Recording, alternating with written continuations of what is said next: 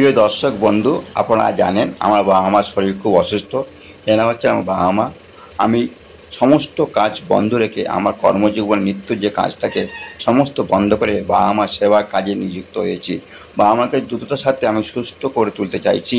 যতদিন না বাবা মা স্বাভাবিক সুস্থ না হচ্ছে ততদিন আমি কর্মজীবনে ফিরছি না।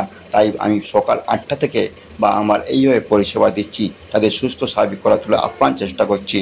আমি বাবা মা আদিবাড়ি থাকে, আমি বর্তমানে যেখানে থাকি সেখানে সকাল 8টার সময় করে বাবা মাকে ঘুম থেকে তুলে তাদের ব্রাশ করে তাদের টিফিন, তাদের ওষুধপত্র এবং দুপুরে আহার সেবা দেওয়ার ব্যবস্থা করে নিজের হাতে রান্না বান্না করে বাবা মাকে খাইয়ে দুপুরবেলা বিশ্রাম করে তারপর আমি আবার ফিরে আসি যেখানে বাসস্থান আমার।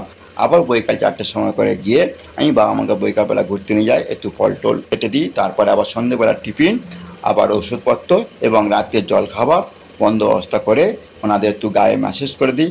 একটা আয়ুর্বেদিক তেল আছে, ম্যাসেজ করলে খুব আরাম পায়, তাই নার্ভের সমস্যা চলা হাঁটা অস্বাভাবিক হয়, তাই তেলটা ম্যাসেজ করে দিলে চলার ক্ষেত্রে হাঁটার ক্ষেত্রে একটু সুবিধা হয়, আরামদায়ক হয়, হাতে ঘুমটা ভালো হয়। তাই বাবা মাকে নিত্য এভাবে পরিশ্রম করছি। গাটা ম্যাসেজ হয়ে যাওয়ার পরে আমি বিছানাপত্র ঠিকঠাক ঝেড়ে পরিষ্কার করে দিয়ে মশারি টাঙিয়ে দিয়ে আমি আবার আমার কর্ম যেখানে আমি থাকি অর্থাৎ আমি সেখানে ফিরে আসি। এইভাবে আমার নিত্য কর্মজীবন চলছে। আপনারা এইভাবে বাবা মা সেবা করুন, ভগবান আশীর্বাদ পাবেন। নমস্কার, সবাই ভালো থাকবেন, সুস্থ থাকবেন এবং সচেতন থাকবেন।